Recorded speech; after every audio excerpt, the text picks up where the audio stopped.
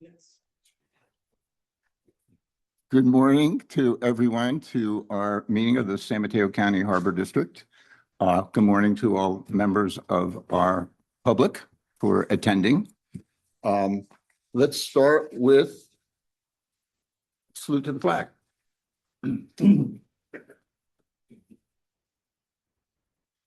I pledge allegiance to the flag of the United States of America and to the republic for which it stands, one nation, under God, indivisible, with liberty and justice for all.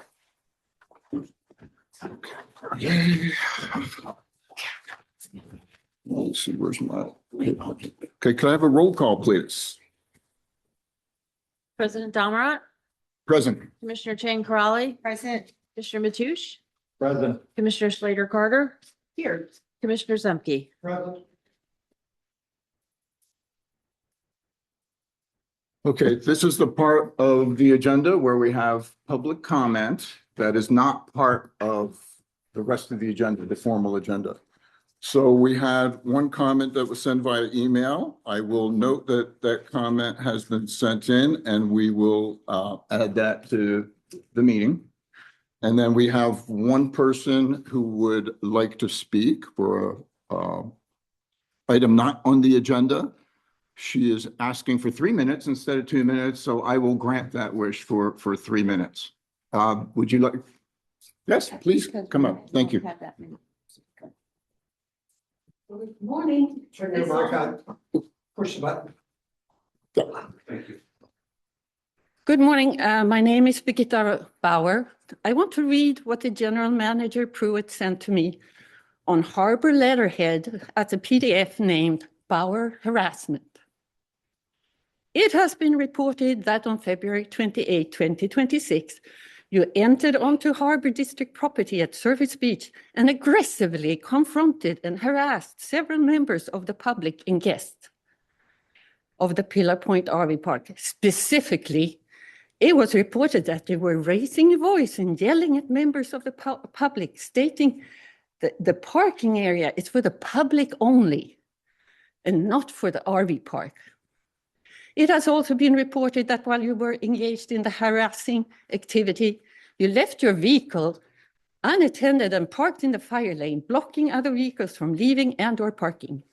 Your actions have caused concerns with members of the public visiting the Surface Beach restroom and green space area, including Pillar Point RV Park.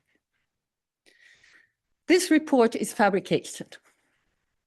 Mr. Pruitt provided a photo of a Lexus, and when the photo was put on Nextdoor, the owner replied, "She's a 60-year-old Half Moon Bay resident, 5'5" tall, and she pulled her Lexus into the Surface Beach parking lot to use the restroom."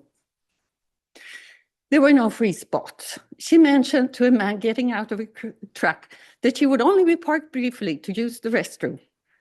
Upon returning, she found the man had been joined by a woman and a younger man with curly hair. She could not understand why they were so agitated, so she tried smiling and apologizing for parking the way she did and hurriedly drove off. When she read Mr. Pruitt's version of the incident, she felt violated. Indeed, how would a person defend herself in this situation? Mr. Pruitt is painting a picture of a one-person riot, apparently witnessed by some dozen terrified members of the public. Good luck defending yourself. Luckily, in this case, the fabrication of an alleged incident was easily disproven. But the act of using authority is chilling. Mr. Pruitt is an attorney. He knows what he's doing. He sends out his letter with Harbor letterhead as a PDF titled Bauer Harassment, with defamatory accusations, supposedly based on second-hand information. The timeline of this action makes it a clear act of retaliation. Therefore, I ask the board to take immediate and specific action. I demand a formal public investigation into General Manager Pruitt's practice of using unconfirmed accusatory letters on harbor letterhead and the establishment of a clear policy to prevent this abuse of authority from ever happening again. Thank you. I want this, I'm going to put it online so you can put it in the comments. Thank you. Do we have any comments from the public online? Hold on, please. Yeah.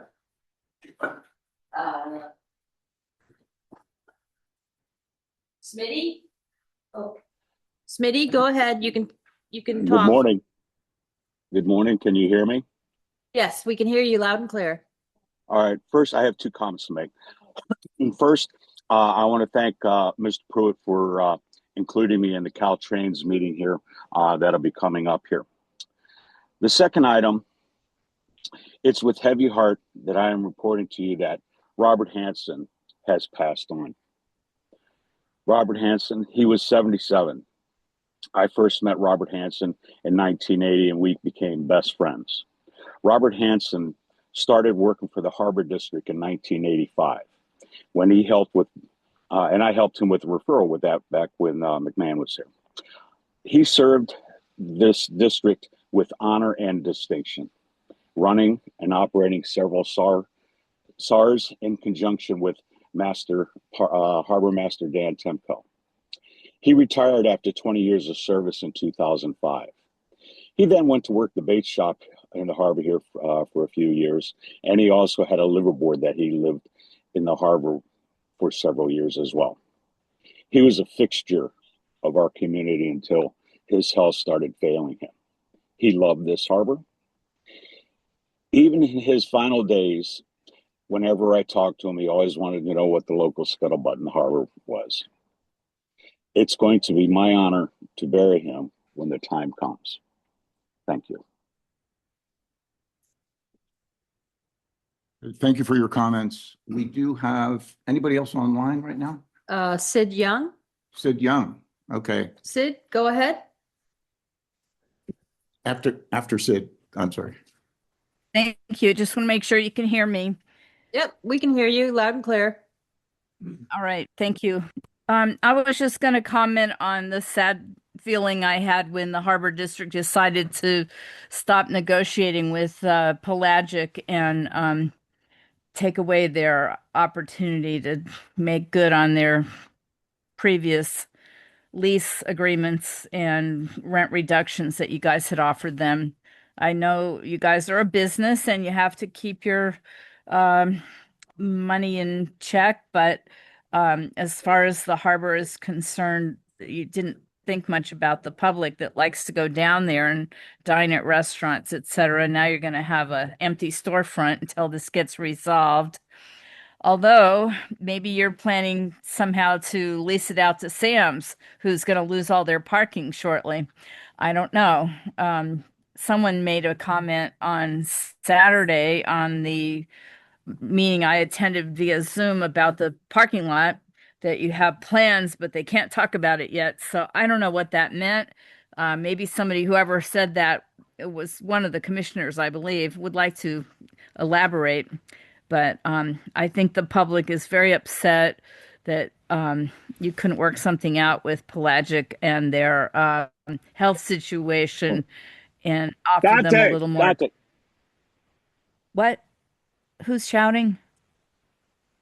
Anyway, I still have time think on the clock. What? Who's shouting? Anyway. Go ahead, Sid. Thank you. So I'm so sorry about their closing down, especially now that we have a wonderful season going with warm weather and visitors coming to the coast, etc., to come down to the harbor and find an empty storefront. So I guess the only thing I can say to the general public is try to support them by attending by patronizing Jetty Wave, which is still open and not subject to the harbor's rent issues. Thank you very much. Bye. Great. Thank you for your comments. Oh yeah, Brian Overfeld. Brian, go ahead. Y'all can hear me? Yep, we can hear you. Awesome. I got a little thing I'd like to read y'all. It was the 1986-87 school year, and I was a freshman at Half Moon Bay High. I distinctly remember listening to a group of older surfers discussing the sand trapped in the harbor and it needed to be dredged out. Then the bell rang. As I walked away and headed to my first period, my only thought was, I'm going to make that happen. I immediately took on this place of responsibility like this was my burden to fix. It will be my contribution to this community I love so much and to a sport lifestyle I was falling in love with. Beach nourishment for Surfers Beach and flowing south into the starving Bay, Half Moon Bay became my goal. You see, in the 80s, El Granada Breakwater was a full-on beach scene, a thriving beach community where all local surfers gathered and hung out, old, young, men, women, kids, families. A beach community that went fully extinct, like a dried up watering hole in the Sahara. 10 years later, I was bartending at the local fisherman bar. Around 95, 96, I struck up a conversation with Harbor Commissioner Sally Campbell, who looked at me in shock and said, "Do you really care about that?" "Yes, ma'am, I do," I replied. "Well, let's make it happen," she said. Little did I know it would take 30 years after this conversation to see it to fruition. Here's to Sally, but more importantly, here's to all of you. Virginia Chang Crawley, Catherine Slater Carter, Tom Matoush, Bill Zemke, George Domerat, Jim Pruitt, and the rest of the district staff that believes in this project and helped make the dredge happen. I truly appreciate the ears some of you have given me and the time you all have spent listening to me go on and on and on about how important dredging the harbor is. I'm 100% correct, and we need to dredge again as soon as possible. But nevertheless, I am grateful. I have always cherished my relationships I've had with decades of commissioners, harbor masters, and all the staff here in the Pillar Point Harbor. I'm keeping journals and videos of photos of epic beach and wave progress I will be sharing. One quick excerpt. 3:18, approximately 6:45 p.m., El Granada Breakwater, newly formed sandbar. My 10-year-old daughter still stood up and rode her first wave of her life last night, just before sunset. Then she successfully rode 5 more waves until the sun was down. The beach community is returning and thousands of locals are happy. On behalf of all of us, thank you, thank you, thank you. Thank you. Anybody else online? Let me, I'm gonna go offline. I know that Donald has been waiting, so Donald has a comment that's also off of the agenda. So please, Donald. Oh, I really don't mind waiting. All I got to do this morning is get a root canal, and hopefully this won't be in Half Moon Bay. Hopefully this won't be as bad. The reason I came here today, I'd like to thank Brian for all the work he's done. I haven't been to one of these meetings since Sally Campbell was here, and that's a while ago. And the reason I'm here today is what drew me to the coast and open a business within half a mile of, I live within half a mile of the harbor, is I've always loved to sail, and I've sailed into many ports through the world with my family. And the thing we always enjoy most of all is a lot of the time it's rough getting in, and sometimes it takes a long time and you're not feeling good and you haven't eaten in a while. And I remember coming into this harbor 37 years ago and going to the Ketch, and how grateful I was, and so many fishermen, for having that there. Just a regular place that regular people can go to. Why I'm here today is it is no longer a regular place, and this is going the same way of all these other harbors. It's going really foo-foo. And I've always loved it being a working harbor, and I've always been proud when I've had people come from other areas to boast how this is a working, regular harbor. And what's going on right now is you guys have gotten taken advantage of, okay? Now, I've had issues. I had heart attack, I had bypass, I've had loved ones too, had cancer. They're not with us anymore. I've been through this, and it's hard, but I've never, ever, even with COVID, I had to close my business because I couldn't afford to pay my rent in Half Moon Bay. My landlord of 20 years, he never gave me a break. And just after 2 months of being in arrears, I closed the business. So I don't want to hear any more of this poor mouth from an LLC. an LLC with lots of people there, not just one person, and people with a part of that on that lease who have plenty of other ways, real estate, other ways to bring in an income. That is a lot of money to be missing, $155,000. And what really burns me is when I go to the restaurant and I go there is Donald, the time's up. tax that is put on Okay. the 4.5% tax, not receiving that. So I feel bad for the staff. I was down there Saturday. The staff are not happy. And so So, I okay. excuse me,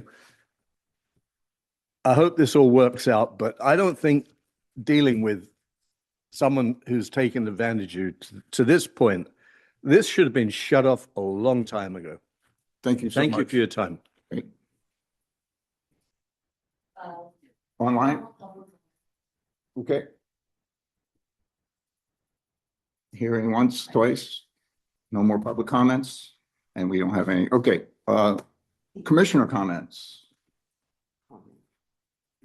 I just wanted to let everyone know that you got this 40th anniversary SDRMA pin.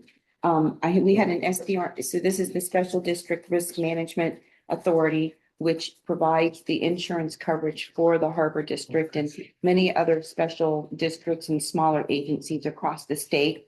And there was an education day, I think yesterday, and we also had a board meeting yesterday. Oh, sorry. Should I start over, Melanie? No, just. Okay, okay. We had, there's an education day for SDRMA and a board meeting yesterday. So I just wanted to let everyone know that SDRMA is very appreciative of the Harbor Business being a member of the SDRMA, and that they're very proud to represent and provide insurance coverage across the state of California. And this is just a little token of their appreciation, but also the 40th anniversary, which is an important I milestone. thought you were celebrating my 40th birthday today.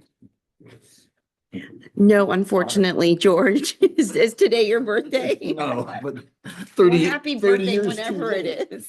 Thank you. And Jim went to the education day, so thank you for representing the Harbor District, Jim. Oh, Catherine, you have any comments other than the phone comment? No, Okay. my comments are pretty brief. I am Maybe you can pleased. turn your Oh, thing on too. oh, and it's even got my name on it now. Wow. Progress. I just wanted to say I am pleased so many people looking at social media and so many people are following the Harbor District in so many different ways. We have so many different things that we can be very, very proud of. And in particular, putting the sand back where it belongs and so people can enjoy it.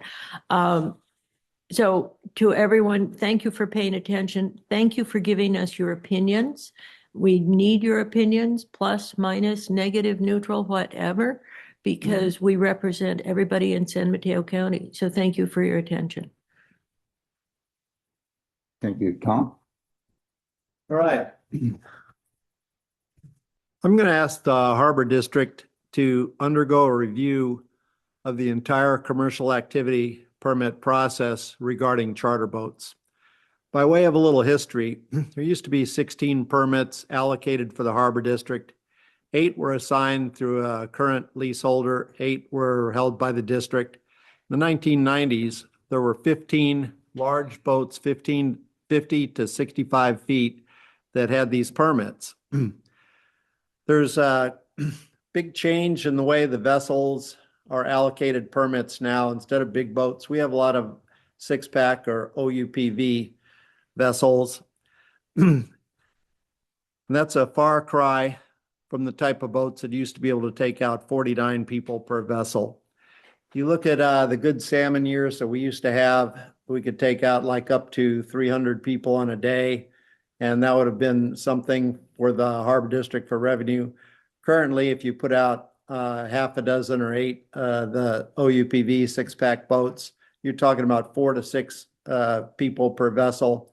That doesn't equal the impact of fishing and the resource that 20 to 49 people had.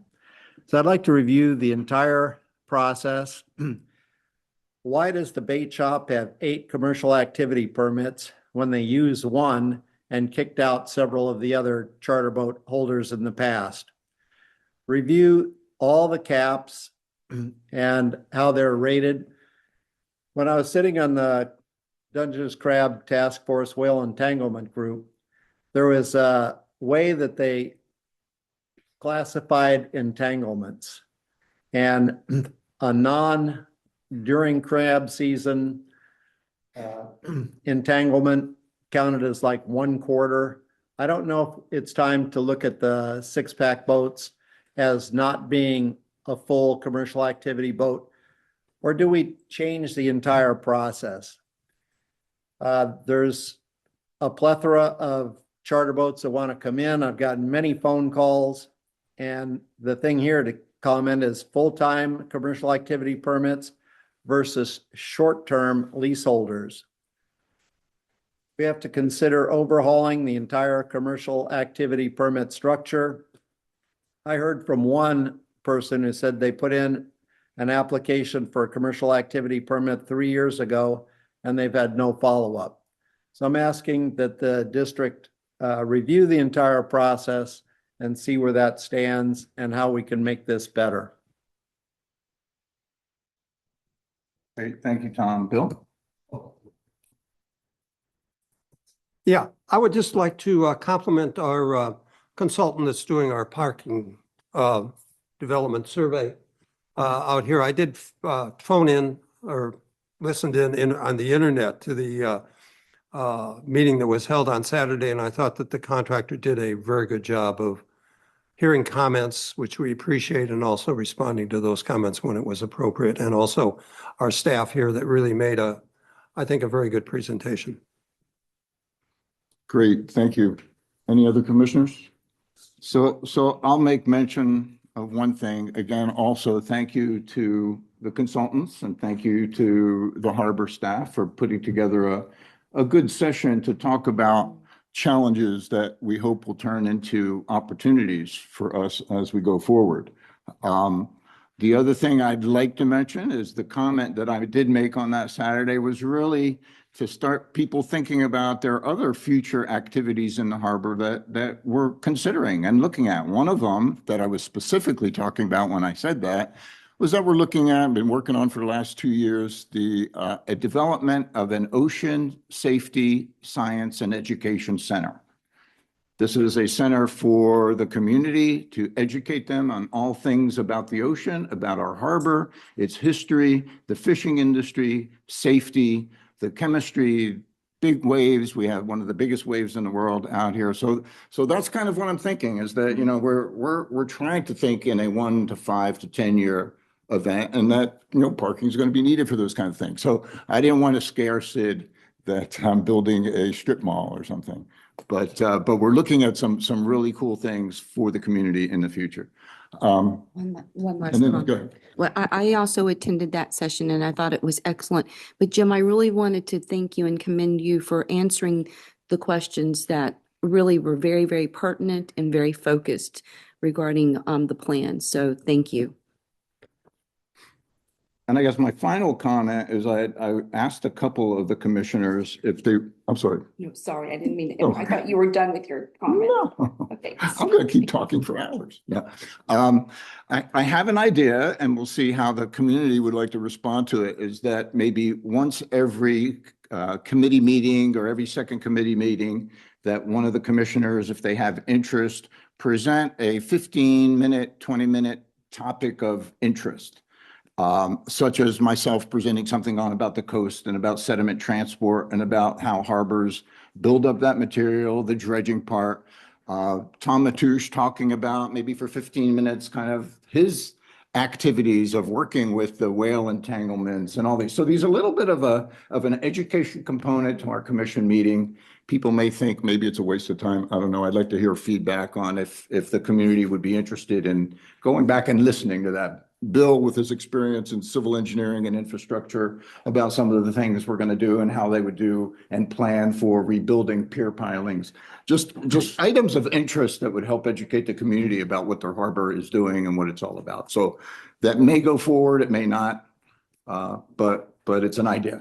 All right. To take care of regular business first. Oh, most certainly. Yeah, no, we would do it at the end. Certainly. Yeah, yeah. That's a good comment. Thank you. Okay, with that, General Manager Activity Report. Good morning. You covered the parking the presentation on Saturday, which was very positive. We covered the parking meeting that happened on Saturday, and I think it was very positive. We got a lot of feedback, and we're considering that feedback, and we'll be coming out again after the feedback has been incorporated.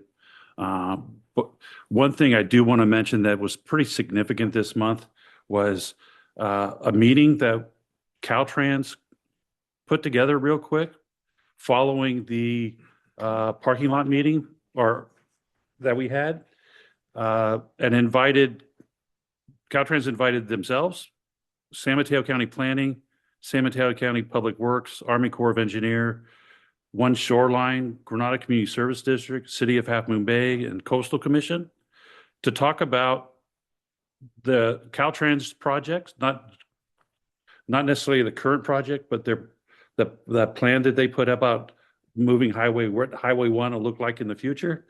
And we were able to brief them on the Harbor District, all those other organizations on the Harbor District's projects with Word of 2024 and the Surfers Beach project and the Dredge project. GCSD was briefed on the park on Burnham Strip, because one of the ideas from Caltrans is to put Highway 1 down Burnham Strip as one option, right over the new park. And City of Half Moon Bay was able to come on One Shoreline and the county. It was extremely productive. And we've scheduled a second meeting here in the third week of April. Will be hosted here at the Harbor District office to more formalize this group as a coast-side partners meeting, so that we can meet on a regular basis and talk about all the different projects on the coast side that are occurring and seek synergy or pluses and minuses and how we can work together. Not invited to the meeting, and it was not intentional on the part of Caltrans, was the resource RCD, the Mid-Coast Community Council, Coastside County Water District, and SAM. And all four of those entities have been invited to the next meeting, the third week of April. So it was a great meeting, and look forward to what we can do with that meeting in group. What's the date? Do you know, April? I think it's the 23rd. Okay, thanks. All the partners have been invited. So that was a pleasant surprise for Caltrans to step out and do that. And again, we're going to continue it on the coast for a while. Thank you. At the end of your report. Yep. Thank you so much. Operations. Everything's been going quite well at both Fleur Point Harbor and Oyster Point. It's the good weather has been bringing a lot of people to the coast, so staff have been very busy. In addition to the rains we had earlier in the month and the early spring, we've got a lot of growth taking place. So staff have been very busy with all the landscape duties at both facilities, doing a great job, keeping it all looking very good. The Dungeness crab season's winding down. The traditional equipment ends this month, April 1st, and then the pop-up crab traps can still be used till the middle of July. And then we just found out yesterday that the recreational salmon is going to open April 11th. So that's gonna south of here. Yeah, south of Pigeon Point. So it's like 20 miles south.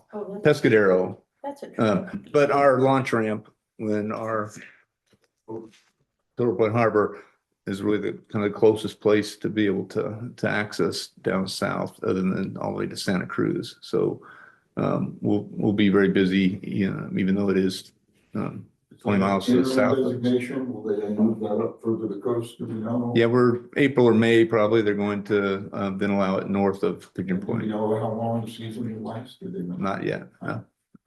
We're not sure when they're going to open it north of Pigeon Point either. Anyway, so staff are taking this opportunity, a little bit of a slower lull, to do a lot of maintenance on the docks, both at Oyster Point and Pillar Point. Doing a great job.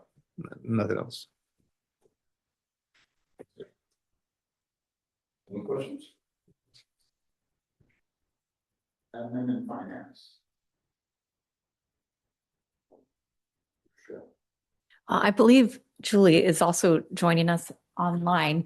But one of the things I would love to highlight is a project that Julie has really led the initiative on, is looking at we had over 1,000 boxes in storage of historical documents here at the district. And our admin team has been taking time once a month ever since I joined the district to really tackle this project of archiving all of our historical documents.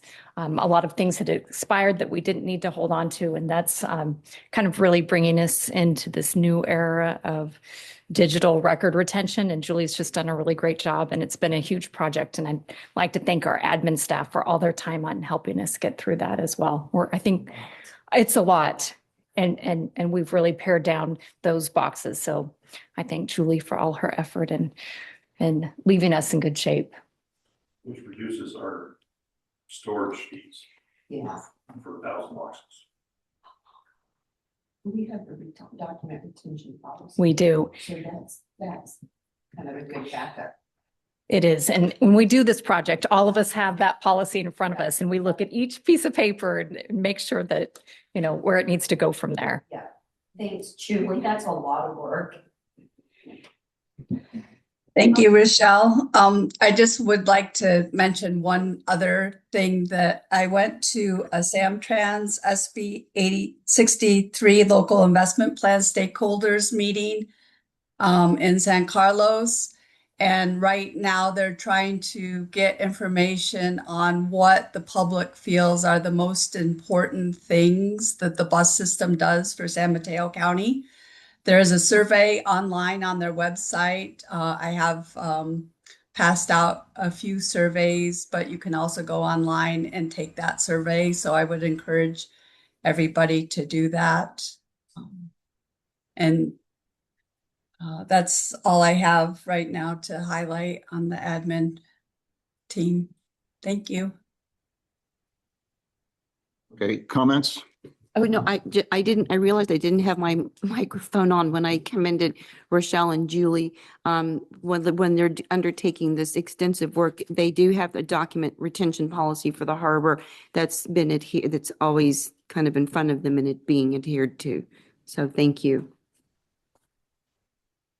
Yes, and we are trying to put electronic copies of all our old storage records online. They're all protected on our SharePoint drive. And so that way we can do a lot of, searches electronically instead of having to go search through paper for these historical files, which will in turn help with our public record request policy.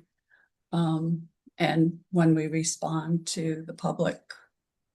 So thank you. Great, thank you so much.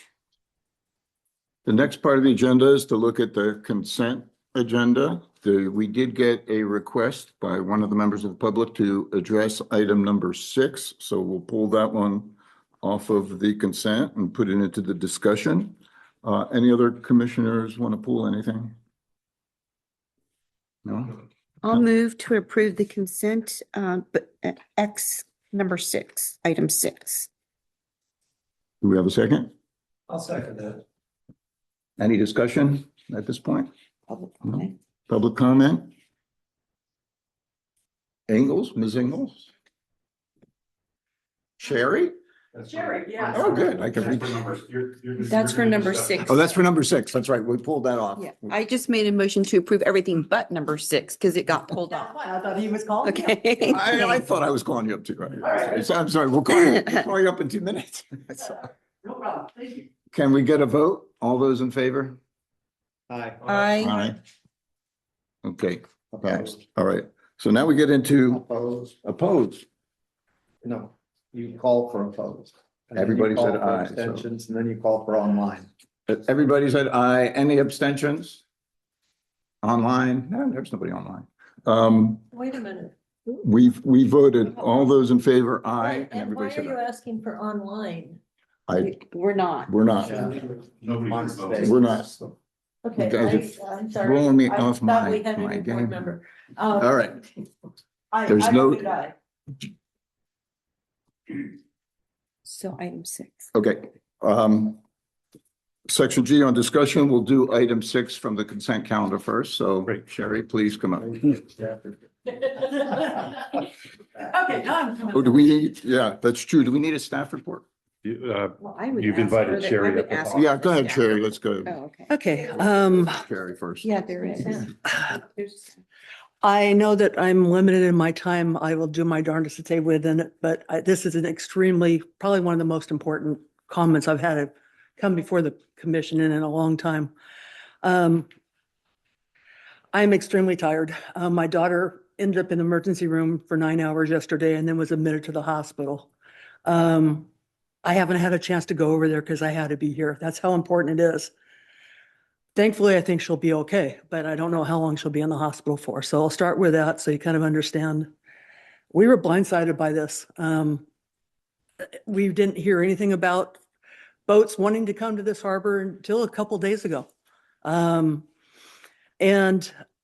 because of what happened yesterday, I was going to get all my documents together. I've got a whole bunch of stuff that I could have gone through. I didn't have time to do that. I tried to get up at 6 this morning. I did. I end up having to do all kinds of other things that I have to take care of. Because a lot of you don't know us, my husband, Bob, and I have owned Half Moon Bay Sport Fishing since 2004. So we're 22 years this year. We own the Queen of Hearts that worked out of the harbor since 1990. We owned it for 30 years. So we've actually been working in this harbor for 36 years. And in those 36 years, I don't ever remember something like this coming up. This one is like out of the blue, hit us like, I don't know what to say. There was talk about the harbor's ordinance designating how many charter boats could be work out of the harbor. That ordinance has got to be probably 40 years old. That's one of the documents I believe I have here. That is a nice big file here that I believe it was signed in 1976, something Sure. like that. Sherry, your time's up. So if you can, 3 minutes, okay, that's fine. I can continue? Yep. Okay, thank you very much. And as Commissioner Mateusz said, there were 16 boats allowed to work out of the 2 bait shops. When the other shop other than ours closed down, I assume what happened is the boats that were going to work out of there were then kind of just allowed to fall into the harbor's hands so that they could issue caps to vessels who would like to come in. I agree completely with Commissioner Mateusz that ordinance needs to be revamped. It's ancient, it is archaic, and it does not cover items such as what we're dealing with right now.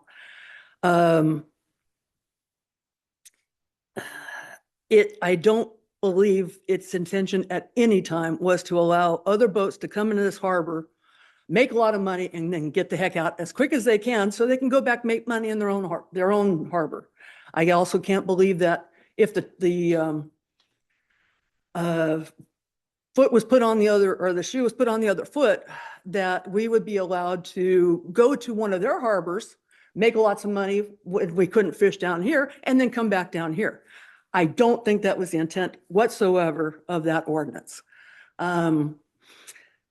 We know everybody's desperate to go salmon fishing. Since 2020, we dealt with COVID.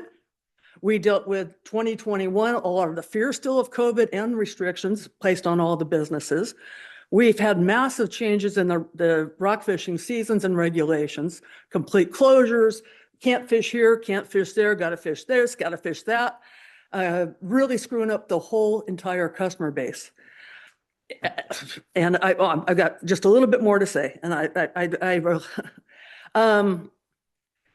the salmon season was completely closed down in 2023, 2024, and we had 4 whopping days of salmon fishing in 2025. This year, you were asking about how long the salmon season is going to be. Right now, it's scheduled for April 11th through May 15th, south of Pigeon Point, halfway between us and Santa Cruz. But there's a caveat that there's only 21,000 fish a quota within that time. Once that happens, it's shut off. Then there is a meeting that's going to be taking place the beginning of April at the PFMC, Pacific Fishery Management Council, where they're going to decide the rest of the season. One of the most popular proposals right now is approximately 53 days, starting July, August, something like that. But that only has 34,000 more fish. So this season could be very, very short. Regardless of what is allotted, it might be not much time. We appreciate it. Okay. We're out of time. I have. If you want to present that, we can put it in the records, whatever you. That would be great. I actually have copies. Can I hand them to Great, yeah, you? we could do Okay. that. So I appreciate that. Here. Thank you, Sherry. I wasn't able to get to the end. This is your comment though, right? So we can. This is primarily what I was. Good, okay, yeah, no, we'll make it part of the record and. Okay. Thank you. And as far as me kicking out people out of our shop, it was because one person was threatening to sue me for something that I was extremely surprised that he was considering that. And another one is because he started taking people outside of the regulations that he had signed with us. And with that, he doesn't want to run the shops. So that's the thing. I know I have to go, but the boat that's proposing to come in here was supposed to only be allowed to work 3 days, so many hours. He's already booked through his website every day in April except for 2. Okay. So. Can we get a staff report on that? Thank you, Thanks, Chair. Sherry. Good luck with your daughter. President Yeah, Bauer, it's scary. we have a public comment online too, Let's do the public comment first, right now. Yeah. yeah, Okay. since we already had one public comment. Smitty, go ahead.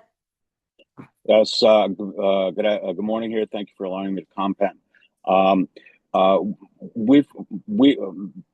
The permits for the boats were fought for back in, I believe, in 1995 by Dr. Myers to open up those permits to allow independent operators. And as my understanding of it is that there were 8 that were released, and there are 8 that are controlled by the other shop. And I am one of the people that owns one of those independent permits here, and I have for over 26 years, I believe. And at one point, yes, I was working out of the shop here, and I don't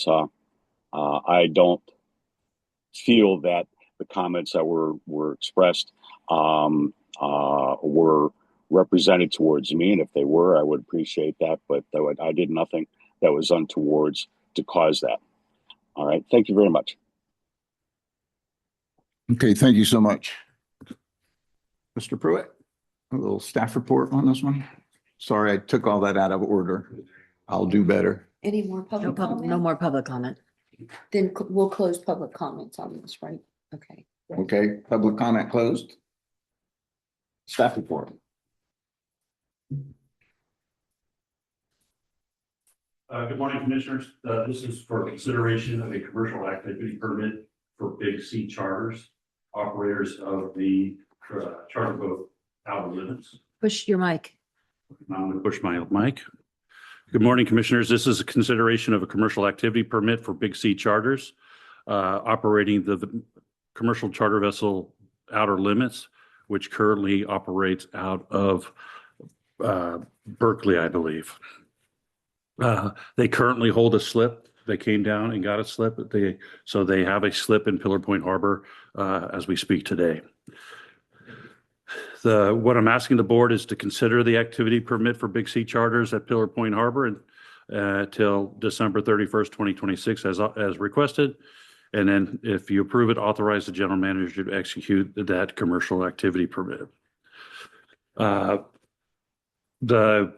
district does have their ordinance, and it is over 40 years old. It limits the harbor to 16 inspected small passenger vessels and 6 uninspected small passenger vessels, otherwise known as six packs. The harbor currently has 3 inspected vessels, and the new Captain Pete, the Riptide, and Ankeny Street. Those are independent caps. And then there's one cap that's under the lease for, I call it the bake shop, but it's more than the bake shop, the fishing with Sherry, that they have the Queen of Hearts that operates under one of their caps. The district has 8 independent caps that we use to issue to charter boats, and 8 caps are issued to the bait shop through their lease. Prior to the district having the 8 caps, they were assigned under lease to another bait shop that was in the harbor. So the harbor did not have any independent caps to issue to charter boats. They were all issued through the 2 different shops that leased space at the harbor. And then after those 2, after the other bait shop went out of business for whatever reason, those 8 caps got released and the harbor assumed them. And then, as Captain Smitty was talking about, were issued to independent operators such as himself. We currently have other interested people that's contacted and submitted applications, 1 6-pack operator and another inspected vessel asking for the same thing. And at one point of that is similar, but is the off-the-boat sales. The harbor district has limited off-boat sales to vessels, fishermen who are home ported here in Pillar Point Harbor. For caps, we haven't placed that limit at all on other commercial activity permits. I'm sorry, how many off the boat sales permits do we have? I don't know. We have several off-the-boat sales permits, but they're issued to home ported vessels only. Oh, I see. Okay. Those are separate than the. Right, commercial I passenger. understand that, but I'm just trying to get the overall macro picture here. Thanks. So we limit the commercial fishing caps for off-the-boat sales to home ported vessels, basically, that are here in the harbor. We do not do that for the 6-packs. It's never, since I've been at the district since 2020, this is the first time this has come up. And it's come up because it's a lot shorter to get down south of Pigeon Point from Half Moon Bay than it is from inside the bay. And they save a lot of money on gas for not having to return to the bay every night. Are there any other questions by the commissioners? Yeah, unless the board has any other questions. Is there any questions on the staff report only? Well, and it's meant, this was also mentioned by Commissioner Matoush. They currently, the existing bait shop has sport fishing, has 8 caps under their lease. that they control and that they can issue. One is being utilized. They have 7 open. And in the past, vessels who've come in and my understanding is vessels that wanted to come in and fish out of Pillar Point Harbor would work with the bait shop to take one of their caps temporarily and operate under the bait shop and not come to the board. That's why this one's a little different, because instead of going to the bait shop like the vessels in the past have done, they're coming to the board because we have caps available too. So the 7 under the authority of the sports fishing / bait shop, it's their discretion who gets those. Correct. So how do they determine who, and how, I'm kind of new to this business. So if you can help me understand what are the elements that help them decide who gets the other 7, since they're pretty limited? I can't speak for how they determine who issues their 7. No, how do they determine what who they we- issue to? For the district, we get the passenger service fees. Right. Just like we do from the Queen of Hearts. Right. But I'm asking how the bait shop determines who gets the other 7. You can ask the, That's the discretion of the board president. If anyone, maybe Tom knows the answer to, I don't know, but What I'd like to do is any questions on the staff report, then we'll ask for a motion, get it seconded, then we'll do discussion. what I do know is that when they do go through the bait shop, they have to sign a contract with the bait shop. right, I understand that. And And that agreement is between the bait shop and the potential Correct. permittee, Correct. right? Okay, but I just want to know what are the decision factors that go into how the bait shop determines who gets those 7 permits? And it's not all 7 at one time, I'm assuming it's whenever they're applied for, right? But I don't know. And I mean, it seems like ours would be our process to determine who gets the other 8 The would board be would like to call different. recess for 5 minutes. I can find out. Or, Well, I have other questions so too. that's what I'm saying. That's just one way. Discussion on it. Oh, We need to okay. go Well, you through asked that for process. questions. You asked On for the questions. report only. Yeah, that's what Okay, I'm okay. asking for. So, okay, so can I ask him? So, Jim, when did Big C get its slip permit? It says that they're currently a tenant, but when did they become a tenant? Oh, just recently. But do you know the date? I mean, if it's just recent, I get it. So they're from Berkeley. They just got a permit to be a They're tenant. from the bay. Yeah, they're from inside the bay. Okay. And then the potential 2 operators that you mentioned, I think somewhere in here, I just took where are they from? The ones that have applied, Yeah. they're not home ported here. in Happy Okay. Bay. Okay. Thank you. I just wanted to make sure you're aware that we do have other vessels. that Yeah, I understand. I understand. So then how many are in waiting for our additional 8? We have 2 applications and another one that said they were going to So the submit 3. Okay. 2 6-packs and a charter vessel. Okay. Thank you. Any other questions from the commissioners on the staff report only? I am curious how the fees for staff. Oh. Thank you, Tom. I am curious about how the fees were set up. I'm sure these were last adjusted when we last adjusted our fees. But having somebody just drop in and get the regular rate and then leave, in my experience, with water and districts and sewer districts, is that if you want to show up and just pay the normal usage fee, and you're paying that usage fee year round and multiple years, that's one set of charges. But for new connections in those circumstances, there's something called a connection fee, which helps cover the costs that are created that you're buying into. And so I'm a little concerned that somebody can just drop in, make money, as you were saying, on our facilities and then leave, having only paid the same price as somebody who is here consistently paying for the existing facilities. And so I'm a little concerned because this is like less than dinner at local restaurants.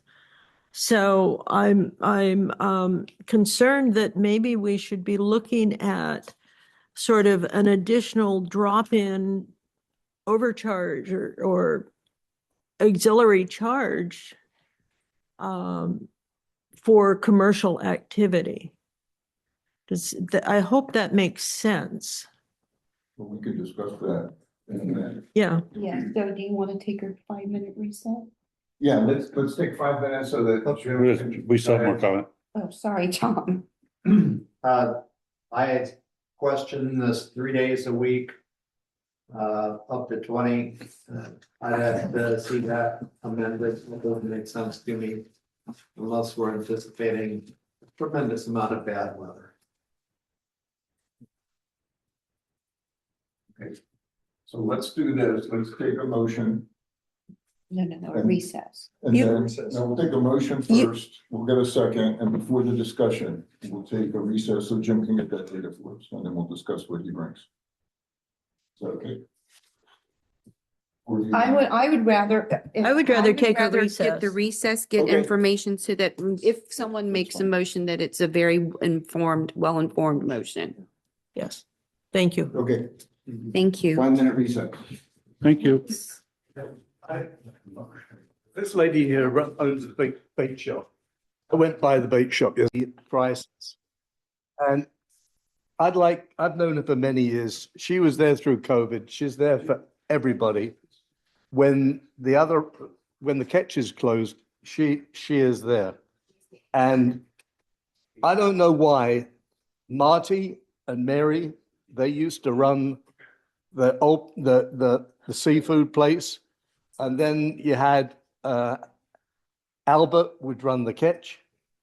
And I don't know why you guys let a corporation come in and do what they've done to you, because that harbor is all about the fishermen.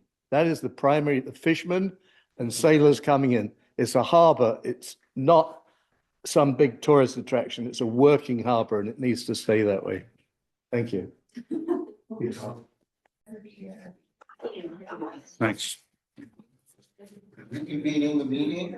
We'll start. You're muted. No, George is muted. I was muted, but we're getting ready to start the meeting again. So we're now recording. Comments by the general manager. You're going to get us some information, I believe. Two pieces of information came in. One is it's the boats that do come in and go through the bait shop, apply or contact the bait shop. The bait shop evaluates them to make sure they're a professional run outfit, that make sure they have the proper documents such as their certificate of inspection from the Coast Guard, make sure that they have the proper insurance to meet their requirements also. And then it's kind of like the first one, how responsive the individuals are back to the questions. And then they issue those licenses if everything works out between, and they can come to an agreement. My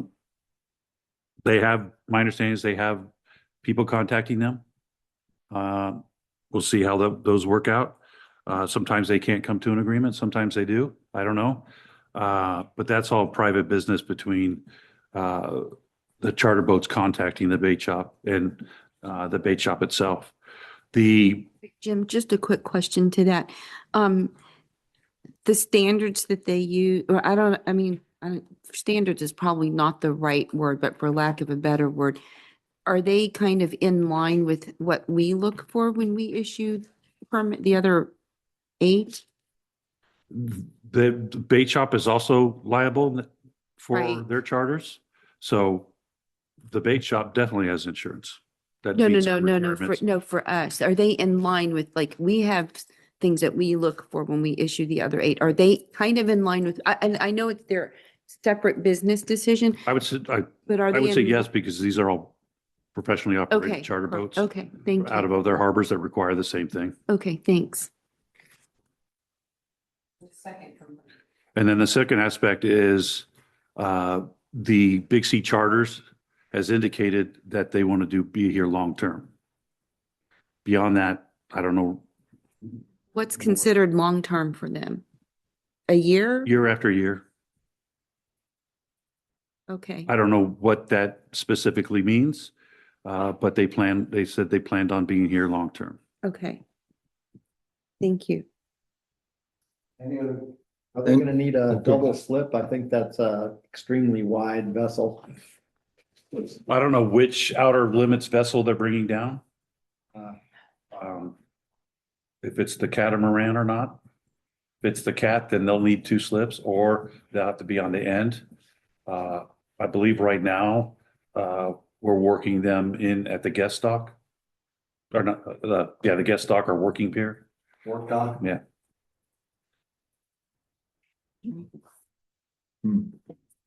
Okay, anybody else with a comment on the staff report? I have, well, I want to get into discussion, but we need to. okay, okay. Okay, so let's Mine's discussion. do a motion. Does anybody want to make a motion for this recommended action? Well, I have a, Well, we can amend. here's what, I know what you're trying to do, George, but this is what I would like to see, because I'm not against this, but I'm not for it right now. Because I don't feel like I have all the facts, and this is just me because I don't know the business model and I'm trying to understand it better. I would like to continue this to next month and have a finance committee meeting on this so that I can understand, and maybe Tom's on the finance committee. He probably understands this better than I do.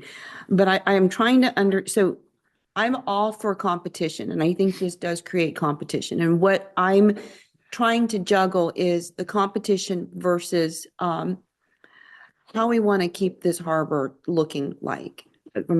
So, and I do think that we have a trusted partner with your bait shop. But I needed, I can't vote on this right now, but that's just me. Everyone else can, I'm only 20% of this board. But I would like to bring it to the finance committee just to get a better understanding of the numbers, the macroeconomic picture in terms of competition, what it would mean to the harbor with competition, without competition. I mean, I'm just mulling it over right now, but that's just me. And I'm hoping that if we could just focus on this one issue for a month and bring it to a finance committee and bring this item back in April. And, I know that they've got Big C Charters wants to have this permit until the 31st of December, basically the end of this year. I mean, worst case scenario, we can always extend it a month. So it's January 31st, 2027, assuming this gets passed. But that's just me. Okay, my. Commissioner Domerant, I'm sorry. just one comment on that Sir. is our next meeting is the 15th of April. The season opens on the 11th. We And can they'll have a need special meeting too. to be able to advertise and sell spaces. Okay. Their Big C Why- Charters is already advertising and selling spaces. Why is this coming to us so late then? This. My assumption is because that's when the salmon seasons were announced. No, but when did they apply for this permit? Before today? A week or two ago. Okay, so in so within the last 2 weeks of within the first 2 weeks of March. Okay. Right when the salmon seasons were starting to get solidified. So if we delay it to the 15th, Well, we could have a special meeting just for this issue.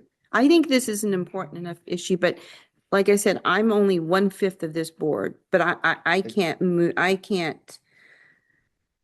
well, Well- if someone wants to make a motion, I know how I'm gonna vote because I don't feel like I'm well informed enough to make that decision right now. The motion and a second, the way I understand it, is then allows us to open up discussion. It doesn't say you have to vote. It says we open up discussion, we can make changes during that discussion, we modify the motion that says or direction to Yeah, the that's staff, whatever we want. So my problem is I've been reading Robert's rules. Maybe I shouldn't have, So that's the way I thought the process works. You're right, you're right. All this is great discussion. I'm not disagreeing with kind of what you're saying, but I think I'm trying to be. Well, okay, just to get the rigorous. discussion Let's get the- started. Exactly. I will make a motion to approve the commercial activity permit for Big C Charters at Pillar Point Harbor until December 31st, 2026, and authorize the general manager to execute the commercial activity permit. Okay. Second?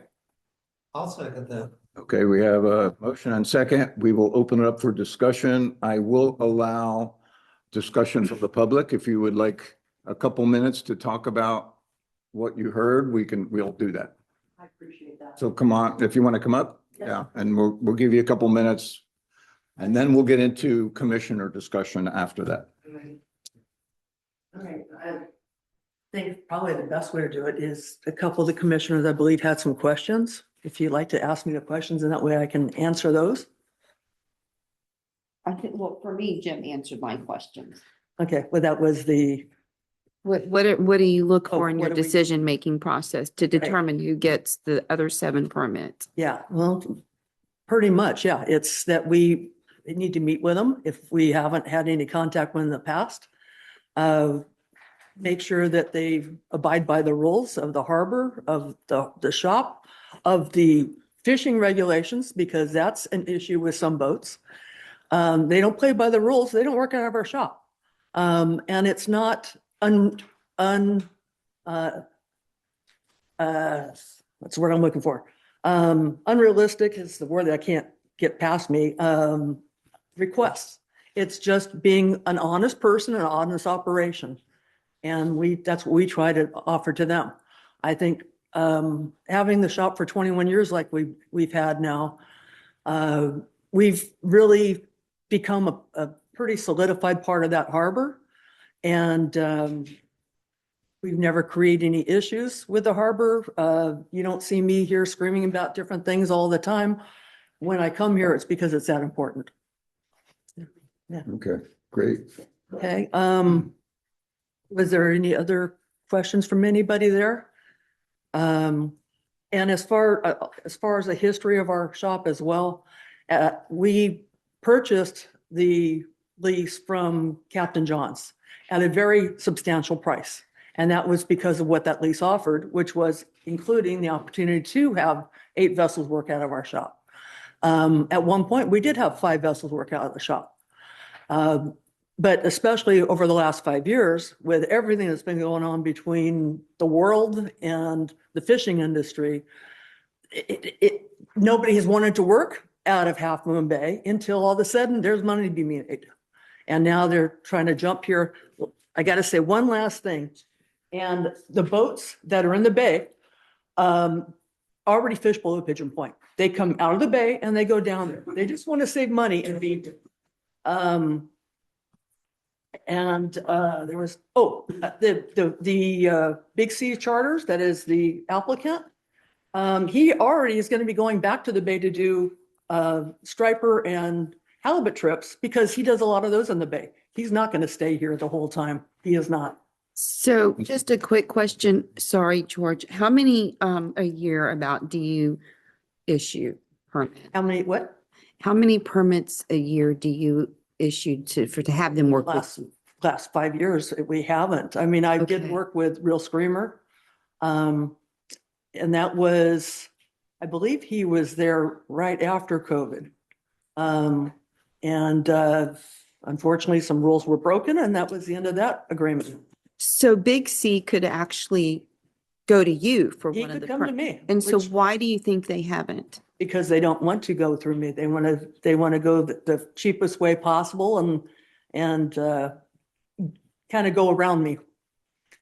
There's, like I had mentioned to Jim in our meeting, there's a lot of testosterone in boats, captains, operators. So do you think that they think that your standards are higher than the Harbor District standards when issuing these permits?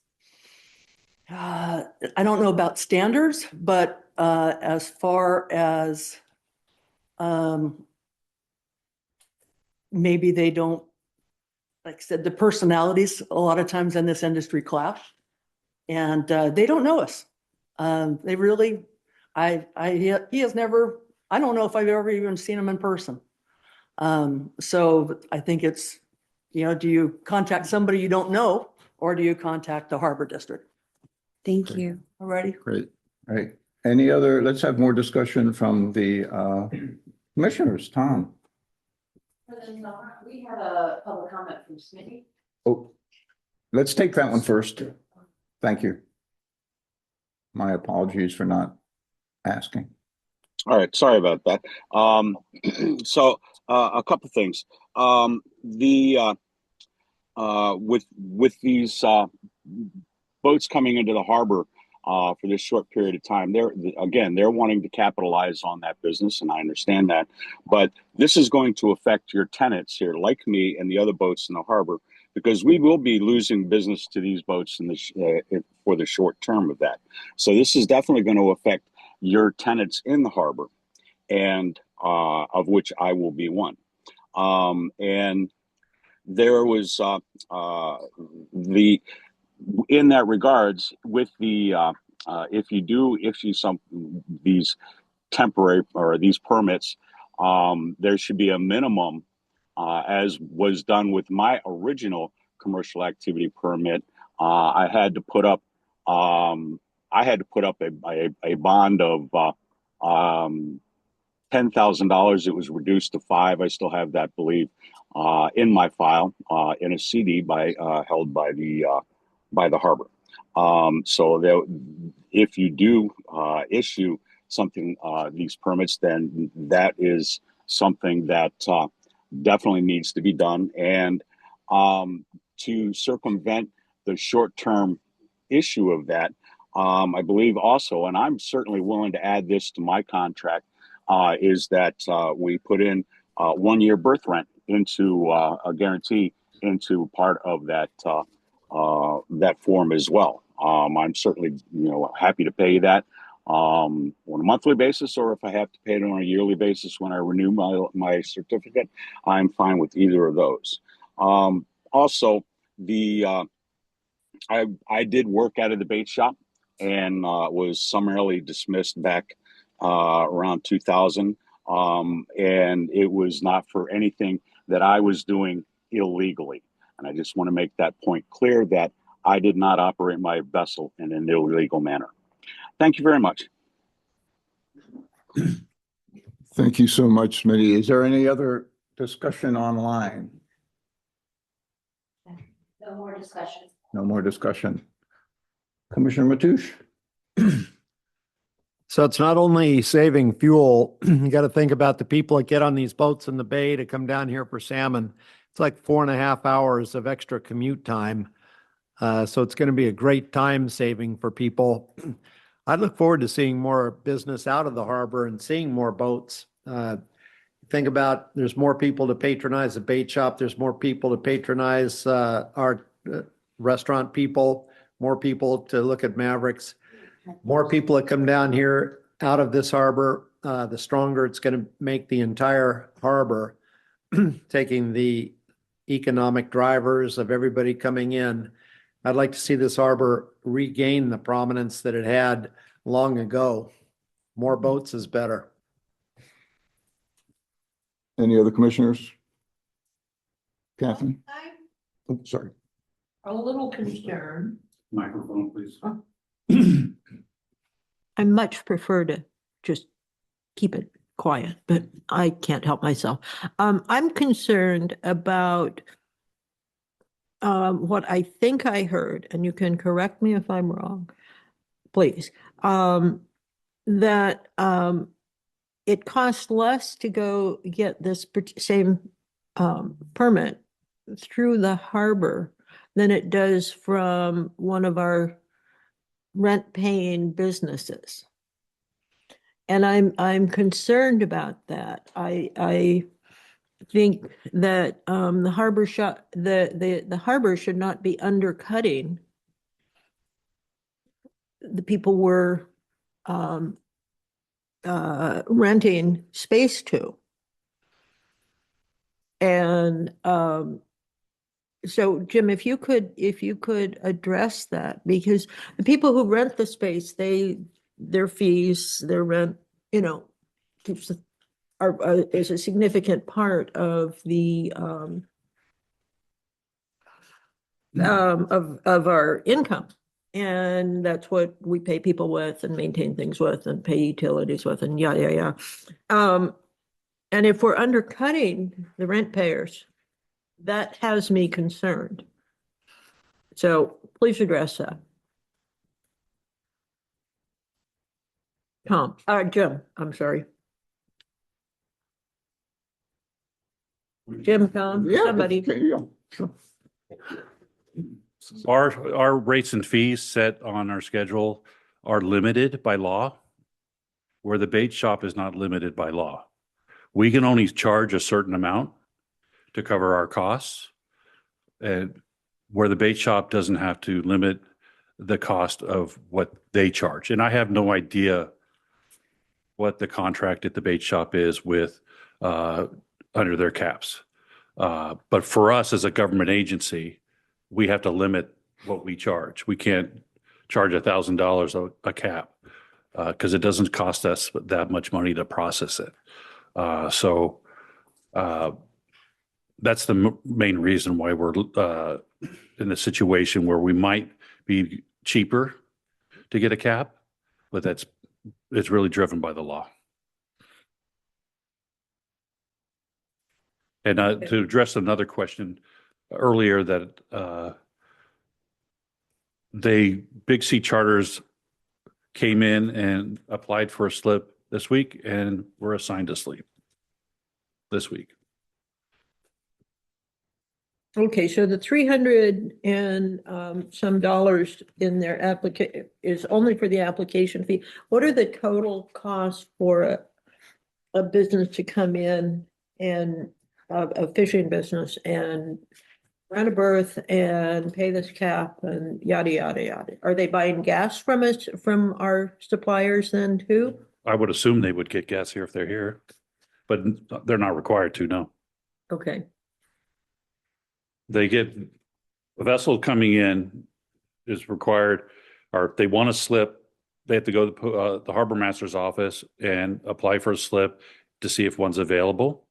One's available, then they have to provide the insurance and documentation to them, proof of ownership, and they're assigned a slip. That's our normal slip length, and that's based on the length of their vessel. Right. And that's in the rates and fees that we'll be discussing later today. On top of that, if they want to do commercial activity out of the harbor, they need a commercial activity permit. If that commercial activity permit is for charter fishing, we're limited to the 16. Now there's an application and a permit for free for both of those. And it's less than $1,000 to get a permit from the harbor district to go and start working as under the cap. Part of the cap also is they pay a passenger service fee to the district. So every passenger that is accepted and goes charter fishing or whale watching or whatever they do on the passenger vessels, we get, I think, $2 and some odd cents a passenger. $2? Yes. Yeah, that's the Going to passenger service $3. fee. Pardon? If we Approved the new fee structure. if we approve our rates and fees that are later on, you'll see that it's $2.94 now, so we'll be going to $3 even. That's another item on the agenda. Wow, that's. Bill, you had a. I agree with Tom's comment that we probably really need to look at our policy on this because it's very confusing. And the second thing that's driving this, I guess, is the fact that we never know until kind of the last minute what the fishing season is going to look like. So all these things kind of hit us under a very tight time frame.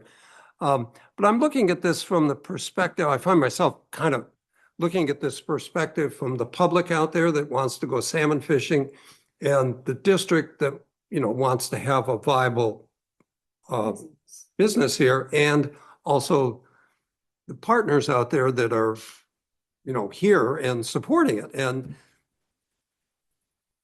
Or not they supporting. are not supporting us. So it's which side are you going to side with? And I really don't know. I guess I'm tempted to think about, since there will be a salmon season this year, to kind of view the tremendous demand on the public side to have access to that. And they're going to be saving a lot by not spending, 3 or 4 hours going from the bay all the way out down to Pigeon Point. And this makes that easier on the public. If they would somehow agree to come in and go through one of our partners, that would be ideal. Now, whether they would or wouldn't, I don't know. That's their decision. So I would like to see more boats in our harbor. Not an easy decision. Thanks, Bill. I kind of feel the same way, I believe in the competition. I think that's good if we held everything constant. In other words, if we go back 15 years when salmon was open and crab was open and you had all these numbers and you had X amount of boats, more people fishing, I think all that's good. The challenge, I think, as expressed by others earlier, was that salmon was shut down for 3 years, and now it's starting to open up and people are starting to see that. So how do you determine what's the balance in the equation that allows more enterprise, but also takes care of the people that we have? So I'm not sure where that number is because we're really not sure about what the fishing really is going to be. So it kind of sounds like we're not ready to make a final decision on this.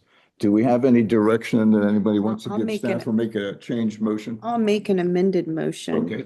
Trying to figure out when we can have a special meeting so that we can deal with this issue before salmon opens. So right now there's the motion to approve the commercial activity permit, et cetera, but I'll make the amended motion to continue this to a special meeting in the next 2 weeks, probably, I don't know, April 1st. I mean, I'm just, That's not a good no. April 2nd. I mean, I don't know. I'm just, because April 1st just happens to be a Wednesday. So that's 2 weeks. Is that 2 weeks from now? 2 weeks from now. Not to be confused with April Fool's Day. But so, I mean, I would make that motion and have a discussion on it. And maybe, I don't know, even you have a finance committee meeting beforehand if Tom agrees or if he thinks that it's even necessary, or if Jim thinks that it's sufficient for enough time for you to get more information. And I guess we can discuss what information that is. Okay, we have a motion. We had a motion and a second. Second On the floor previously. I'm in the Call motion. for the question on that. I personally would support this boat coming in. If there's some issue and several other boats want to come down, first ask them if they want to work through the bait shop. The bait shop will charge each of the boats an additional fee. So it's more expensive to operate a charter boat out of this harbor than it is to simply work as an independent. I get it. So I made the motion and I'm amending my motion. So someone can second my amended motion. Whoever seconded your motion, that was Bill, needs to So- accept the amendment. Do you accept the amendment? Yeah, I'll accept it. Okay, so we So have. that's an the amended We have a motion. second. Any further discussion on that? Why don't we just clarify what the motion is now? Basically basically to continue this discussion item to a special meeting, and I have April 1st or 2nd, whatever staff thinks is a good time, 2 weeks from now. So that we can, so that Jim can even get some more information to answer our questions that have been put out there today. So let me ask the general manager, timetable wise, when would be the drop dead date for this decision? If we. For the boats to make the decision, my recommendation is that we have the meeting earlier than April 1st. Okay. Okay, that's fine. The afternoon of the 26th or the 24th. Well, I can't, I would be okay with the 26th. I can't do the 24th. Not that I need to be there. What, Tom? Monday. That's a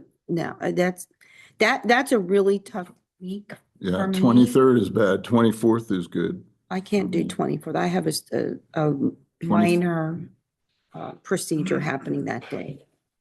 23rd is out, but we can all make it all work on the afternoon of the 25th or the 26th or 24th, 25th or 26th. I can do, the only day that day I can do is the 26th. Do it in the afternoon of the 26th. That's what we're talking about, the afternoon. Yeah, I can do the afternoon after lunch on the 26th. 1 o'clock on the 26th. That works. Work for everybody else? Is that for the special meeting or the finance committee? No, there is no finance committee We're talking about meeting. finance committee unless your committee wants to meet. Well, I chair that And committee. so it starts at what, 1? Can we do 1:30? Yeah, we just, whatever the board president tells me. We do 1:30 on the 12:30? 26th. 1:30. Yes. I have a meeting at 1:30 is noon. fine. But we have a motion. So you need this. Yeah, the motion is to continue this topic to the special meeting on March 26th at 1:30 PM. Okay, do we have a second? Bill, you had the Oh, second. yeah. Second, Bill, and seconded. Any more discussion? Can we do a roll call vote, please? President Delmarat, Yes. Commissioner Jane Crawley, Aye. Commissioner Mathush, No. Commissioner Slater Carter, Yes. Commissioner Zemke. Aye. Okay, motion passes. Jim, I'm curious, you just said brief doesn't need to be comprehensive survey of maybe what Santa Cruz does and other ocean ports. Okay. Thank you. Okay, now we get into the discussion. Part of the business. Rates and fees. Thanks. Modena. Modena. Thank you. Thank you so much. You push your mic. Yes, I will. Thank you so much. So this item is to consider initiating increasing the rates and fees for fiscal year 2026-27, and that would become effective July 1st of 2026. In 2017, the Harbor Commission voted to benchmark our increase of rates and fees with the Bay Area Consumer Price Index. So that's kind of taken some of the guesswork out of going through this process. And so in 2025, that percentage increase was 2.2%. So all the attachments to the staff report reflect that 2.2% increase. There's a schedule for Pillar Point Harbor, Oyster Point Marina, and for the district's events. This increase would reflect a $63,000 increase to operating income. And I wanted to give a little example of what that 2.2% could feel like to our rates and fees. So if you had a 40-foot vessel on the commercial side at Pillar Point Harbor, that berth fee is currently $469 per month, and the new rate would increase by $11, which is the 2.2%. So it would go from 469 to 480. Just wanted to give you an example of what that increase would look like. The rates and fees also include 3 new fees for the district. One is for a parking permit here at our admin building. We have some surplus parking, just a few spaces in our lower parking lot for it wouldn't be for boats and trailers. It's a very small lot, but thinking about the need around the community, we are considering issuing a very small amount of permits, maybe 3 to 5, for a monthly fee to be able to park in our lower lot. And so that would be for $75 per month per stall. In addition, we have our trailer storage lot that we purchased last year, and we are collecting monthly rents for those stalls. We just recently approved a license agreement for that lot, and we need to be able to collect a security deposit, and that has not been on our rates and fees. So adding in the security deposit for our trailer storage lot. And then we also purchased some property that's right up next to the harbor, and it is currently undeveloped. And we'd like to turn that potentially, I want to have the rates and fee in there, is for transient trailer storage. So we have people coming into our community, getting a hotel, getting a transient slip with us for their boat, but there's nowhere to put their trailer. And so we want them to be able to enjoy our facility and the coast, and how can we help accommodate that? And so looking at adding a $30 a night charge for transient trailer storage. So those would be the 3 new fees. I need something about, oh, sorry. Raising my hand. I recognize. Thank you. Turn on your mic. Is that the end of the staff report? Yes, Oh, okay. it was perfect timing. Something I'd like to do is perhaps to tie the transient trailer spot to the necessity that they are using, that they are going to be having a boat there. I wouldn't want this to turn into long-term storage for people who can't, who live in like a housing tract or an HOA somewhere that says you can't park your boat storage in your front yard. I asked about that. I said the same thing, Catherine. And when I do the quick math on that, should they do that, we would be charging them $900 a month to do that. And this lot would be prepaid. So from a finance perspective, if they wanted to pay $900 a month prepaid, we might want to consider that.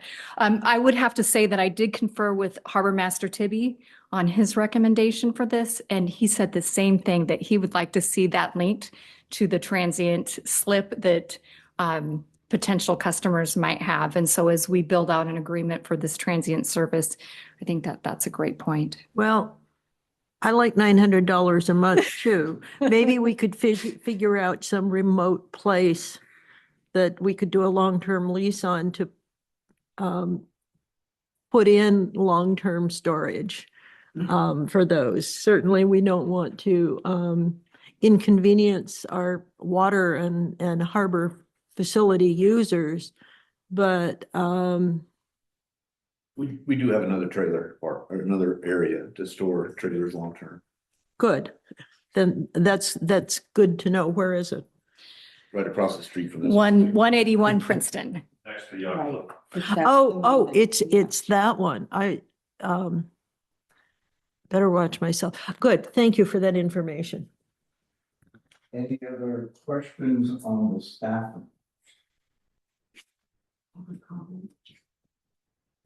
On the staff report? Or is it for discussion? No, public comment. So I'd love to have I'd love to have a chat with you about my experience in running meetings offline, because I'll just leave it at that. I make a motion that we approve the rates and fees schedule effective July 1, 2026 and effective until July 30, 2027. Yeah, I'll second that, and it's to initiate. It's the just initiate, proceedings. and we'll Right. bring it back next month, correct? And I will second that, to initiate the proceedings to increase rates and fees. Discussion. Do we have anybody from the public online to discuss? No? Okay, commissioners, discussion. I think that's a great job. I just want to add that I heard from a current tenant that they were in support of this, and that it was important to keep the harbor safe and clean and have the staff be able to, maintain the harbor. So I just wanted to throw that out there. I guess my only concern, and it may not be that important, is the bigger picture of world economics right now with fuel prices and costs going sky high. Do we need to take that as part of a consideration of this 2% and maybe delay it for a while until we see what happens? It's just there's a lot of uncertainty, certainly directly with the fuel prices, that's going to affect all of our fishing industry people. So that, I don't know, maybe it's not warranted as a concern, but It was for me, but since we're not getting full rental income from our tenants, I mean, I'm not trying to put this off on others, but I think at this time is as good a time as any. And I mean, I get where you're coming from and I agree, but everyone who complains about money coming in, not you, but we've heard it so many times from members of the public. All that we do to make the harbor area vibrant, and it is an anchor destination area for the coast, I think, it costs money, and I've said this before, and we're in the middle of dealing with our tenant road. That income is going to be inconsistent, and this isn't going to be, when is this going to be effective? July 1st. Yeah, so there's a few months for planning and all of this, but I don't think it's enough to even help our income generation. But I also don't think it's enough, and I could be wrong, to make a huge dent in the businesses right now. The harbor needs our support right now. any other discussion? Bill, Tom, no? Good. Okay, hearing none. We'll take a vote to approve the motion. Can we do a roll call vote, please?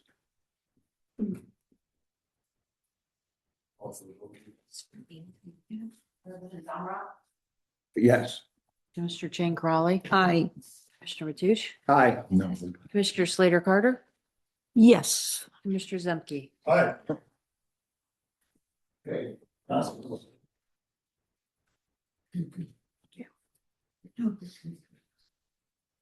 All right, number 2, first look for a budget. We have Rochelle's sister. Her twin sister. doing the presentation. Well, our first look budget is our first step in approving a 26-27 budget for the district. It's really our first stab at forecasting where we'll be. So I'm going to share just some of those figures with you as we put together estimates and projections. Is that we will have 16.012 million in revenues and 13.728 million in operating expenditures. And I mean, and just to be very simple, that those are good numbers. We have more revenues than expenditures. So that if you do the math there, it's 1.684 million, and that includes $600,000 for election costs. So in 26-27, we are anticipating having 2 open seats. And so, we never know how that's going to play out. So we do budget the $600,000 for those open commission seats. We are projecting a $300,000 capital improvement program for the next fiscal year. It's a very conservative program, really just maintenance on our search and rescue vessels, $50,000 for each facility, and then $200,000 allocated for the general managers capital improvement projects. And we are in the process of finishing some very large capital improvement projects. So along with our Surfers Beach and dock work at Oyster Point Marina. The working capital balance as of June 30th, 2025 was 15.806 million, and it's estimated to be 8.76 million July 1st. And a little over 3 million of that is required for reserves per the district's policy. One of the things that's happening in our county that, and I will say a quick thank you to our finance committee members who asked me to include this in the staff report. And I think it is valuable to understand that the county of San Mateo is in the process of reviewing different appeals with the assessor's office. And so recently Genetech had an appeal, and that resulted in those were for the tax years of 2000 through 2005. And it was a pretty large settlement that they received from the assessor office, and that is going to result in a reduction of $60,000 to the Harbor District next year. We're going to see that reduction in our October and November payments from the assessor's office.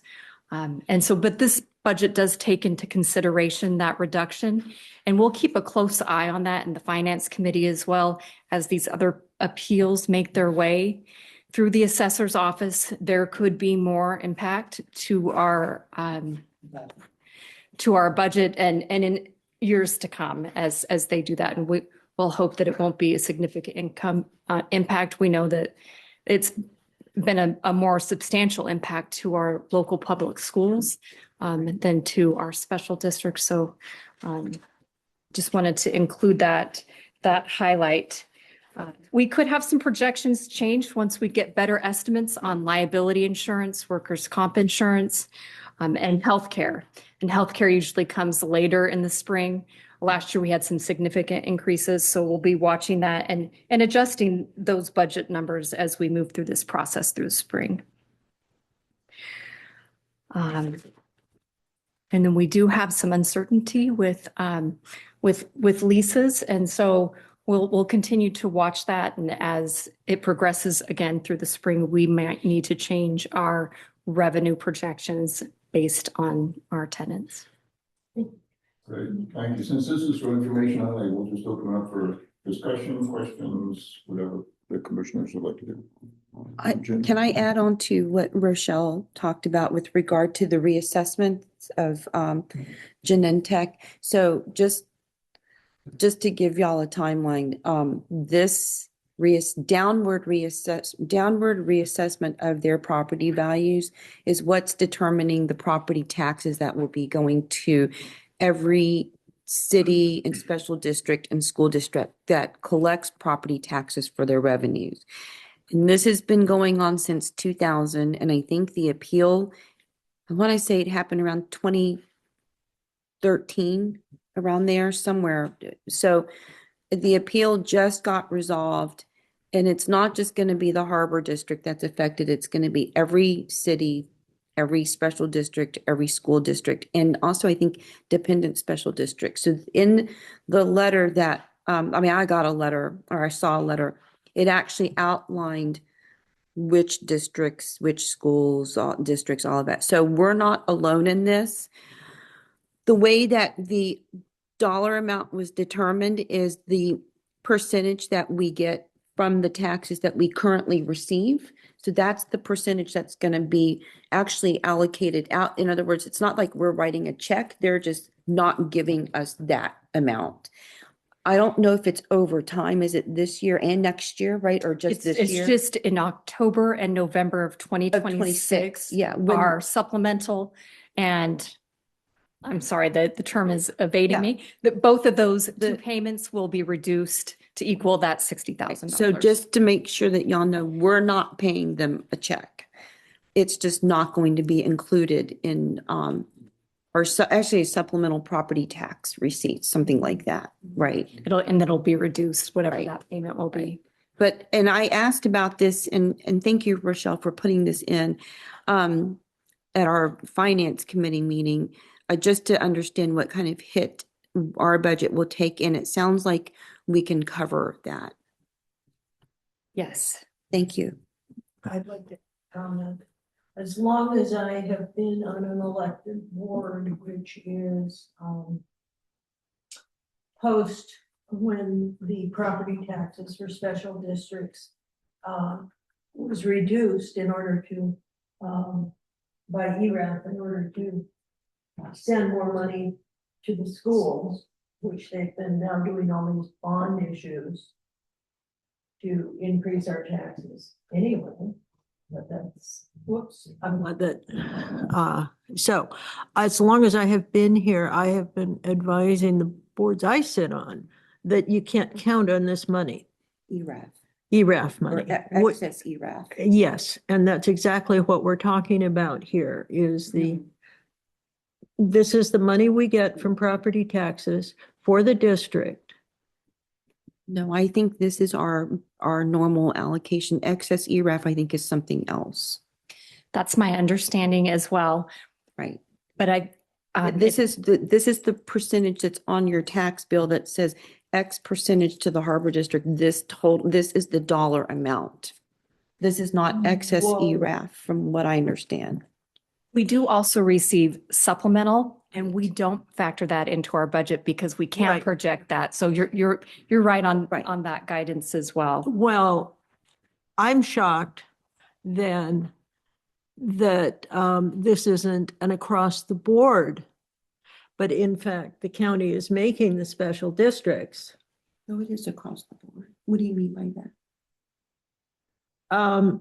They are not going after the schools Yeah, on they this. are. They are. Yeah, so as I said, every agency, school districts, cities, all the special districts that get or that receive tax dollars from, this is basically, this is Prop 13 taxes that the county gets, and then we get a portion, the school district get a portion. So it's affecting all of the agencies that receive taxes from this pool of money from the state. Yeah, I get it where you're coming, but it's pretty complicated, but it's, my concern is that I don't think this is going to be a one-time thing. And so I think that we need to be prepared in our budget to deal with future situations like this. And maybe at our finance committee, then whenever the next one is, we can talk about a plan that deals with this, because I think this wasn't a surprise to everyone, but I think what was a surprise is that the assessor's office didn't keep the agencies informed consistently. So now you've got these payments, or not, well, lack of a better pay, like the reduction of your budget or of the money that you receive coming not out of the blue, but after 13 years, about call it 10 to 15 years, that we're now getting this news during a pretty, like a budget crunch for a lot of agencies, especially the schools. So just to let you know, Catherine, at least the two school districts that I've seen on this spreadsheet, which are the San Mateo Union High School District and the Sequoia Union High School District, their allocation is over $1 million. So that's the reduction in their budget that they're going to have, which is significant. Yes. So it's across the board for every agency that we're in city and school district that receives money from this pool. I think this is, and this is somewhat off topic. I apologize, George. I think somebody needs to take a closer look at the assessments being levied in this county. I think there's some serious issues, and this is only the symptom of a deeper disease. Thank you. My concern, I agree, Catherine, is the accuracy of the assessments so that there's predictability for budgets. So, and like I said, we'll never know who's going to appeal or actually put in for a reassessment downward, which that's how this is all coming to us right now. And this was a huge issue with Genentech because they're probably the top 3 and number 2 largest employer in the county. And so it's a huge, huge deal. So But I would like to somehow figure out how we can plan for this, even though you can never really fully plan for this. Thank you. Any other comments by any other commissioners? Thank Rochelle's twin sister for the report. And I will see you next month with our preliminary budget. And so thank you very much. Thanks, Rochelle, into the finance team. Y'all, Yes. this is really great information. Thank you. Last item for the day is the California Special District Association Board of Directors call for nomination.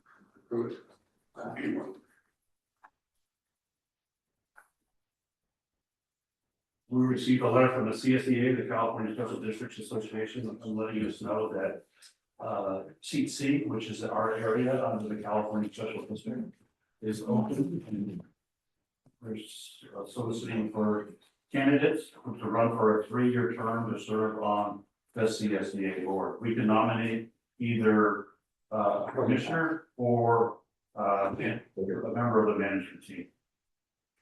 Or myself, basically. Do you want to do it, Jim? I do not have time. Okay. Do we have any nominations? I would note I already sit there, so So two from the same district might, have to nominate someone. no. But we could, but we you like could. this person. I think this is a really good board and I think Chad is doing a very good job. This board has been on an upward, consistently upward and problem-solving mode for its existence. And I think the board adds a lot of content to what the staff is doing, and Chad is good. Well, so can we just say that we support him for his reelection? Would you be okay with that? I just want to give him I some don't- support if you like. We don't have to do anything. I don't know why we have. We don't have to do anything. Unlike some, I don't think we need to make a comment on everything. Okay. Concur. Fine with me. So with that, we'll do future agenda items. Any commissioners have any agenda items they would like to add to I a would. future meeting? So, Tom, at the beginning of the meeting, made a comment about doing a comprehensive look at our commercial activity permits. Do you want this to be on a future agenda to direct, so that we can direct staff to do some research on that? Does staff feel like they're directed by my comment or would Well, we you- need an additional meeting? Well, first of all, your comment was much needed, but the board has to vote on whether or not we want to give staff that direction, which is why I'm asking if you want to put it on a future agenda. So that it's 5 of us directing our general manager. I guess,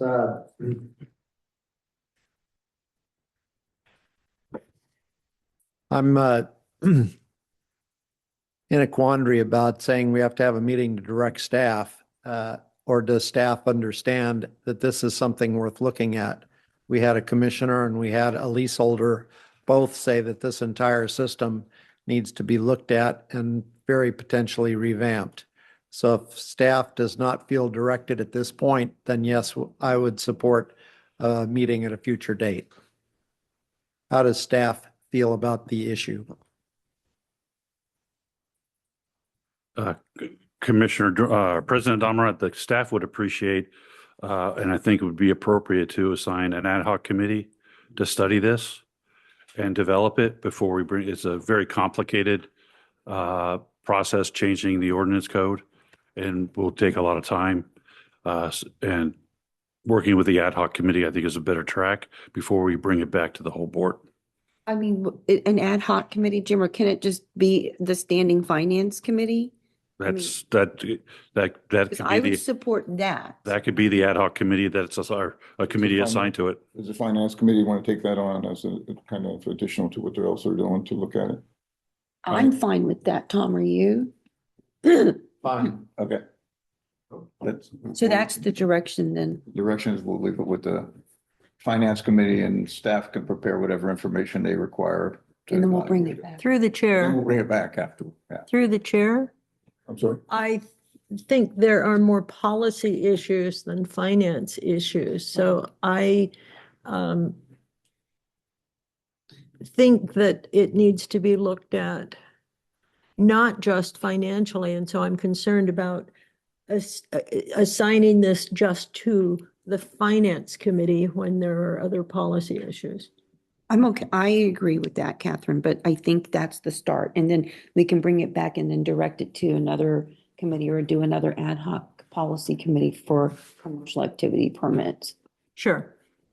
So I'm not, that's not the end all is what I'm saying. Right, but Yeah, no, however, I think this is something, as Tom pointed out, this is something that we need to be able to resolve sooner rather than later. well, I think that Virginia is correct. I think it's a place to start. And then the finance committee can indicate where they think policy issues that need to be addressed further by others can. Or this can be- board. Yeah, well, then, yeah, the whole board. Yeah. So any other future agenda items? Bill, Tom, you good? Okay, I would just like to say as president, I am pardoning myself today for any mistakes I made in running this meeting. You're fine. So Don't second. I got no letters from any other commissioners to pardon them also, so they're not pardoned. So I'll make a motion to Myself. Go adjourn. further. Meeting's adjourned. Wait, we didn't vote. Oh, we can need to vote. Yeah. Aye, everybody, aye. Aye. See, It's, now I have to pardon myself again for that second mistake. George, you could call it, I have consent, any objections, we have consensus to adjourn. There you go.